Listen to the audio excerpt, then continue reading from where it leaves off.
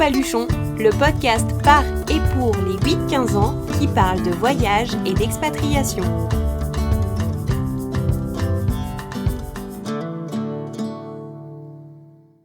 Bonjour à toutes et à tous. C'est un plaisir de vous retrouver pour la seconde partie de l'épisode de Louise. Rappelez-vous, il y a 15 jours, je vous expliquais qu'elle était à l'origine de Prends ton baluchon. Je crois que vous aussi, vous avez apprécié le message qu'elle nous a transmis dans la première partie de cet épisode. D'ailleurs, j'en profite pour vous remercier de tous vos commentaires et partages. Aujourd'hui, nous allons parler organisation, camping-car et rencontres animales. Prends ton baluchon et les clés du van, nous rejoignons Louise.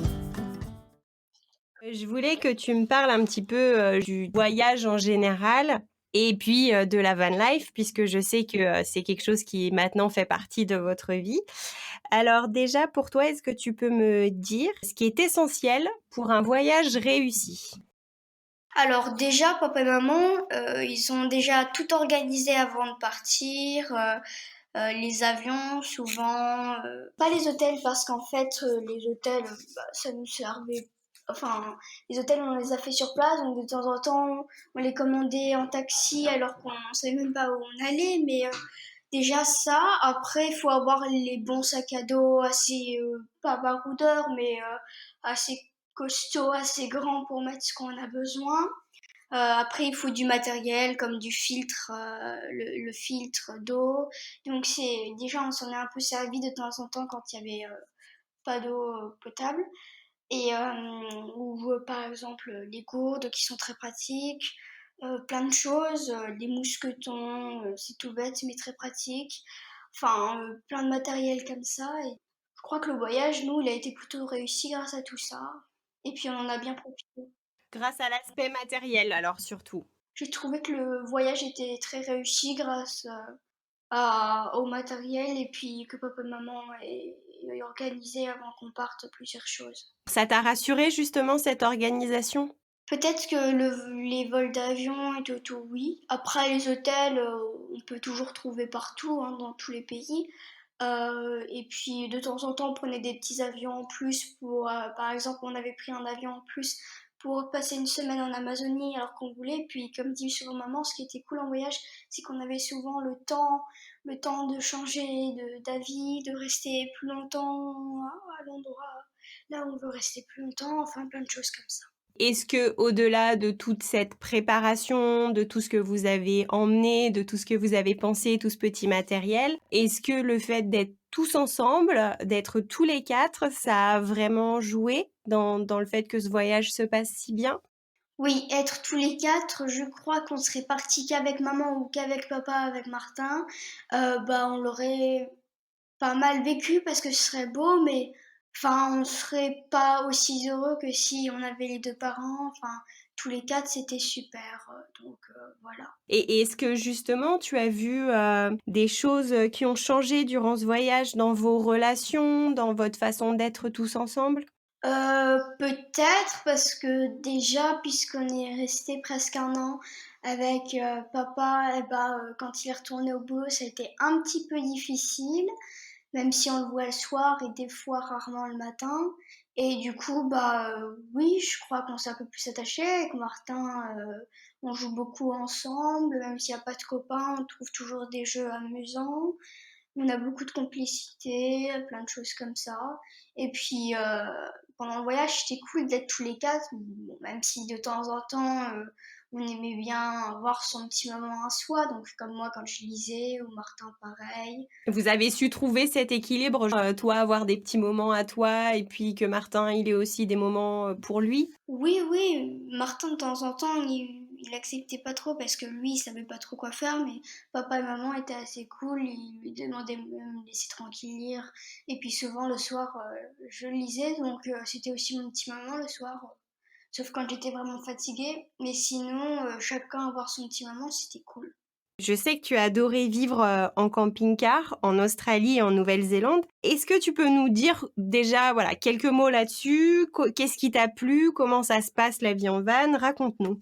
Alors déjà, on avait fait l'Amérique du Sud, avant et l'Amérique du Sud, en fait, c'est que presque toutes les nuits, on changeait d'hôtel, donc on n'avait pas nos repères, tout ça. Je crois que le fait de ne pas avoir de repères, ça perturbait un petit peu, alors qu'avec le camping-car, même si on faisait, des campings, différents ou des fréquences différentes, et ben on avait quand même chacun notre petit repère, notre lit, nos affaires, on les bougeait pas tout le temps, on savait où étaient les maillots de bain. Enfin c'est tout bête, mais pour Martin et moi c'était assez important. Puis la van life, j'ai beaucoup aimé puisque en fait c'était une grande découverte, on n'avait jamais vécu en Nouvelle-Zélande, on a vécu plein de moments super cool ensemble dans notre camping-car. Et puis voilà, et puis l'Australie particulièrement, même si on avait fait la Nouvelle-Zélande avant, mais c'est que l'Australie, déjà, il y avait plusieurs paysages à la fois la mer, le désert. En Australie, on a vu pas mal d'animaux, kangourous, koalas, enfin tout ça, je crois que ça a beaucoup joué aussi. Pour revenir sur le camping-car, c'est comme avoir une petite maison sur le dos, c'est ça? Oui, c'est ça, exactement, même si on n'avait pas tout de chez tout, mais si, c'était ça. Là, tu me décris plein de choses positives. Est-ce qu'il y a quand même des difficultés dans la vie en van? Dans les 4 camping-cars que nous avons loués en Nouvelle-Zélande et en Australie, déjà, chaque fois avec Martin, on dormait dans le même lit. Donc, déjà, on pouvait pas voir notre espace et c'était difficile parce que quand je lisais avec ma liseuse, même si ça faisait un peu lumière, Martin pouvait pas trop dormir. Donc, tout ça, enfin, on n'avait pas trop notre petit espace à nous. Sinon, difficulté, c'est souvent que quand on allait à la plage, quand il pleuvait, avec la boue pour entrer dans le camping-car, faut même pas imaginer. Sinon, tout allait bien dans notre camping-car. Il y avait plus de positifs que de négatifs, je trouve. Et est-ce que, plus grande, quand, tu seras en âge de pouvoir conduire, toi, tu aimerais avoir, éventuellement ton propre van? Alors ça, c'est une bonne question. Déjà, moi, ce qui me pose question quand je serai plus grande, c'est quel métier je vais faire. Mais ça, je ne m'étais jamais posé la question. De temps en temps, je trouve des petits camping-cars ou des petits vans aussi, parce que moi, je veux être seule, donc van, ce serait cool. Donc oui, peut-être un petit 4x4 que j'aménagerai ou quelque chose comme ça, mais je suis pas sûre, parce que si je voyage toute seule, ça va pas me plaire, donc peut-être que Martin vienne faire le voyage avec moi, ou je sais pas, quelque chose comme ça. Mais tu aimerais continuer de voyager, c'est quelque chose qui maintenant fait partie, Quand je serai grande, je crois que en fait enfin j'économiserai assez d'argent et puis au moins je partirai un mois dans l'année ou deux de temps en temps et je irai faire le voyage seule ou avec Martin ou avec papa et maman. Enfin peut-être pas papa et maman mais peut-être avec Martin ou je verrai avec une de mes copines. D'accord, mais tu envisages quand même d'avoir un petit chez toi pour avoir tes repères, j'ai compris un petit peu, voilà, un minimum et à côté pouvoir bouger? C'est ça. Même si c'est un mini appartement là où on a à peine la cuisine mais que j'ai quand même mes repères parce que moi c'est important pour moi. Ouais, il te faut une base un petit peu stable, c'est ça? Oui, par exemple, quand on part en camping-car le week-end, je suis contente, mais quand on revient dans notre appart, je suis contente aussi parce que je retrouve mon petit coin, enfin là où je sais, là où il faut aller. Martin retrouve ses voitures, enfin chacun on aime bien retrouver notre petit espace, tout ça. Pour faire le lien avec la première partie de toutes les questions que je t'ai posées, est-ce que pour toi, il y a un lien entre le fait de posséder moins de choses et d'être plus libre? Et pourquoi? Alors déjà, avant de partir en tour du monde, on avait une plus grande maison. Donc là, c'est un petit appart de 49 mètres carrés. Mais on a un grand jardin là, on peut courir avec Martin. Il y a un grand parc avec un lac à côté. Donc ça joue beaucoup. Alors que si on était dans notre maison, on avait quand même un grand terrain. Mais je crois que déjà ça. Après, si on possède moins de choses, j'arrive pas trop à me rendre compte. Bah si, peut-être quand même, parce que avec l'appart, puisqu'il est plus petit, on a le camping-car pour s'évader un peu. Donc je pense que si on aurait eu une plus grande maison, on n'aurait pas eu de camping-car. Et du coup, on n'aurait pas pu partir tous les week-ends comme on le fait. Et ça compte ces petites, ces on va dire micros aventures là que vous faites chaque week-end, pour toi c'est important? Oui, parce que c'est le week-end qu'on peut profiter de notre papa toute la journée. Et puis on part voir des paysages différents. Mais oui, je crois que ça compte de vivre des petits moments là à bord de notre camping-car, visiter des trucs. La dernière fois, on a été dans un musée de la préhistoire, on a appris plein de choses. Donc je crois que oui, ça compte. C'est encore une forme de voyage, c'est une transition un petit peu en douceur entre le tour du monde et puis le retour en France pour toi? Oui, même si là, tour du monde, on pourrait pas le dire parce que notre camping-car est quand même assez confort. On se rend compte qu'il y a plein d'armoires qui sont vides parce qu'on n'a pas besoin de tant de trucs. Donc là, c'était juste pendant, on va peut-être le garder 2 ans et enfin, peut-être que quand on partira en voyage, on prendra un truc un peu plus baroudeur parce que là, enfin, c'est pas qu'on se plaint du confort parce on l'adore ce camping-car avec son petit confort, mais c'est qu'il y a plein de choses. Enfin, c'est vide et tout, on se rend compte qu'on n'a pas besoin de tant de place. Et faut avouer que de temps en temps, sur le confort, on s'en lasse pas parce qu'avoir la douche qui n'est pas à côté des toilettes ou des trucs comme ça, chacun son lit avec Martin, son petit espace, tout ça. Ça fait du bien après 10 mois, être vraiment sur la route tout le temps collés l'un à l'autre, ça vous fait du bien d'avoir un petit peu plus de confort? Oui, c'est ça. Aussi, tu me disais que tu continues d'apprendre des choses. Est-ce que pour toi, le tour du monde et le voyage en général, c'est une façon en fait de découvrir le monde, d'apprendre des choses? Oui, j'ai appris pas mal de trucs. Enfin, surtout sur la géographie, mais aussi pas mal la culture des gens là-bas. Par exemple, les capitales de chaque pays qu'on a visité. Je suis pas sûre que ce soit hyper utile, mais je crois que c'est quand même bien. C'est mieux de ne pas le savoir. Et donc, oui, je suis quand même contente de ce voyage parce qu'on a quand même appris plein de choses. Tous les quatre, parce que papa et maman aussi, il y avait plein de choses qu'ils connaissaient pas et qu'ils ont appris grâce au voyage. Et si tu devais garder qu'un seul souvenir de ton tour du monde, ce serait lequel et pourquoi? Alors là, il me faut du temps pour réfléchir. J'avoue que c'est un petit peu une question piège. Oui, parce qu'il y a plein de moments qui étaient cool. Donc moi, en fait, je devrais faire un top 40 pour tous ces moments. Mais j'ai bien aimé l'Australie, mais je suis pas sûre que ce soit l'Australie le plus beau moment. Enfin, l'Australie, je peux porter un bébé kangourou dans mes bras. Après, il y a la Thaïlande, j'ai pu voir les éléphants. Il y a l'Afrique, j'ai pu voir le top 5. C'est quoi le top 5 en Afrique? Tu peux me le redire? Ah, pardon, le Big Five, c'est le Big Five. Donc le Big Five, il y a l'éléphant, le rhinocéros, le buffle, le léopard et le lion. Ils sont très rares à voir et c'est les animaux les plus puissants de la savane. Et on a pu tous les voir en 1 heure ou 2 heures, donc on a eu beaucoup de chance. C'était à quel endroit? C'était en Afrique du Sud au parc Kruger c'était une partie privée du parc Kruger. Donc il y a des gens avec leur 4x4 à eux-mêmes ils pouvaient pas passer, c'était que les guides qui pouvaient passer avec leur 4x4 en amenant des touristes. Mais par contre les animaux eux avaient tout le Kruger rien qu'à eux, ils pouvaient circuler entre la partie privée et la partie non privée.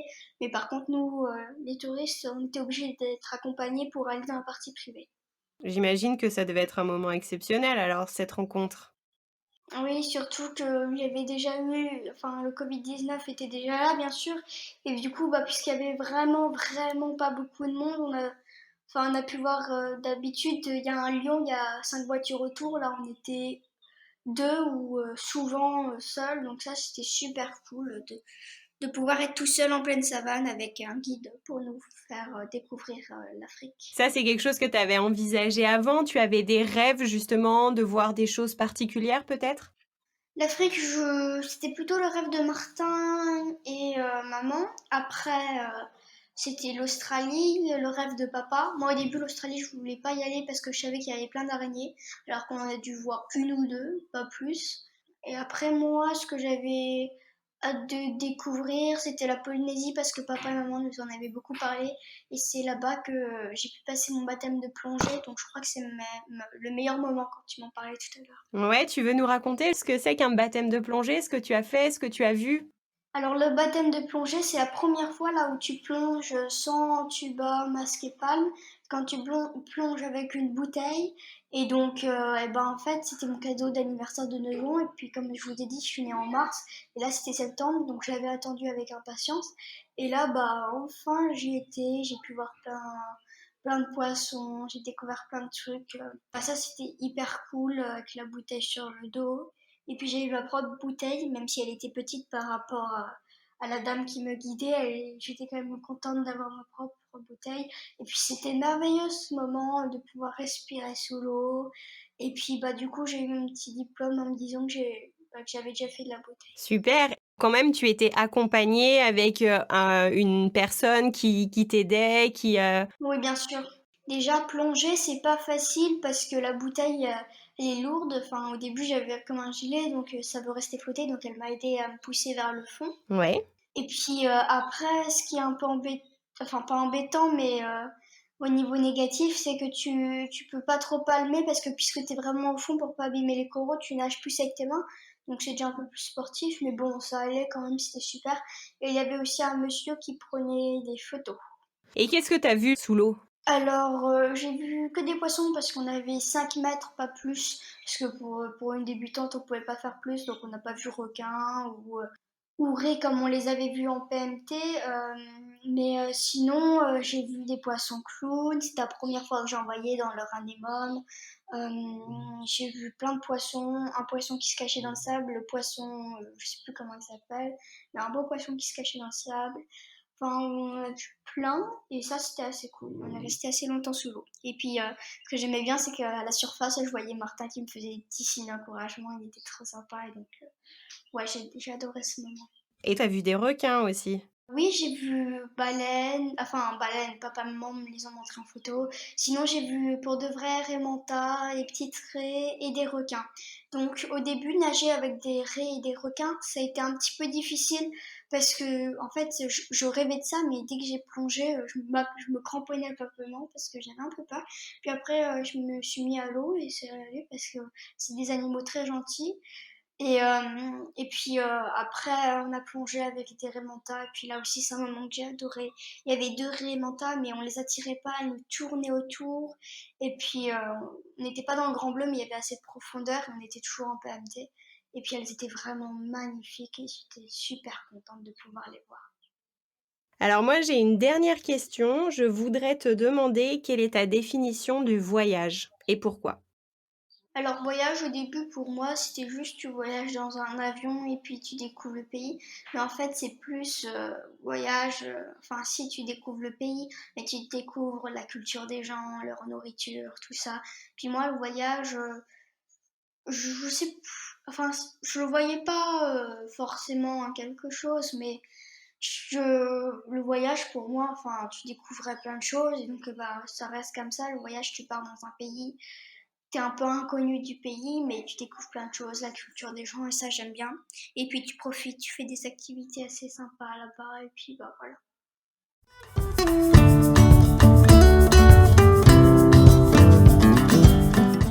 L'épisode consacré à Louise est maintenant terminé. J'espère qu'il vous aura plu et vous amènera à de nouvelles réflexions sur notre mode de vie. Je remercie Louise pour ses échanges et sa sincérité. Pour réécouter les épisodes précédents, 3 options s'offrent à vous. Le site prendtonbaluchon.fr, les plateformes de podcast, iTunes, Google Podcast, Spotify, Deezer, SoundCloud et toutes les autres, ou encore la chaîne YouTube Prends ton baluchon. Et pour soutenir le podcast et le faire découvrir au plus grand nombre, pensez à liker, commenter et partager les épisodes. Rendez-vous dans 15 jours pour découvrir de nouveaux aventuriers.